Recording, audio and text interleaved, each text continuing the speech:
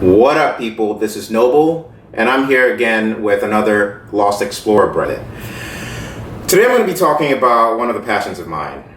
Two of the passions of mine, actually. So that's obstacle course races and wearables.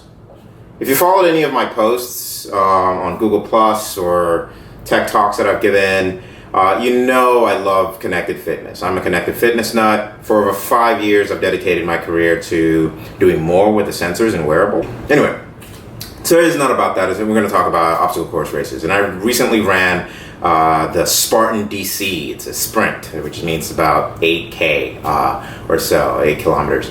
And I run a lot of these. I love them. I train for them quite well. I wouldn't advise anyone to just jump in and decide they want to do it. And to train, in order to improve, I measure with my Garmin 910X. And that thing is a tank. I bought it about maybe in 2010. I love using it. It's a beast. It's rugged. But this time around, since I use Android Wear as well in my daily life, it's my daily driver, I decided to use my new Motorola 360 Sport to train with and to run my race. And for an obstacle course race, that means withstanding a lot of beating, a lot of water, and the Motorola 360 actually held up. It did very well. All right, so let's talk battery life. There's a major difference between a Moto 360 watch or a Android Wear device and most Android Wear devices and a specialized device like a Garmin, right? My Garmin 910X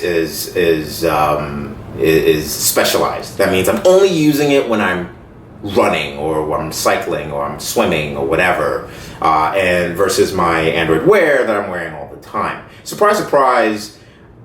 Under normal circumstances, I can train in the morning and still get full battery life throughout the day to last me throughout the day. And then at the end of the day, I charge it, no problem.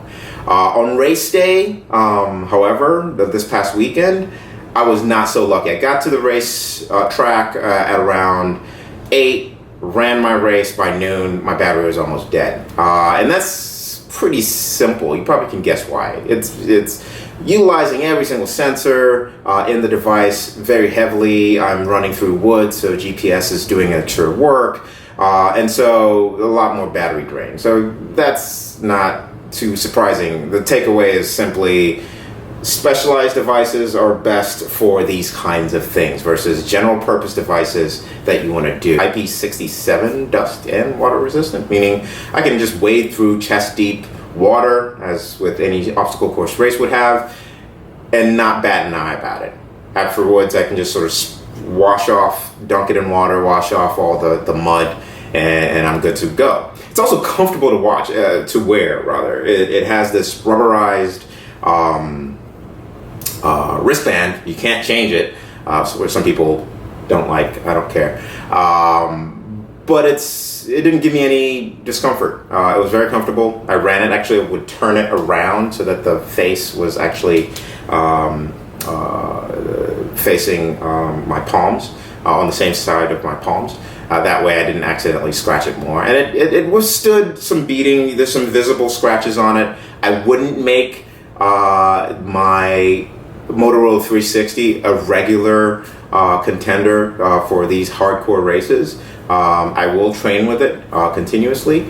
But if you do want to train with a smartwatch, an Android-powered smartwatch, Casio has an entrant, a surprisingly decent device. It's called the Casio Outdoor Smartwatch. I'll link that down below.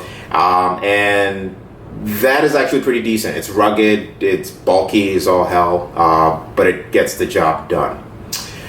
I'm actually going to continue talking about this in my blog, and I'm going to talk about how training was awesome with, running offline. Some of the core features of this Motorola 360. I was able to run offline, just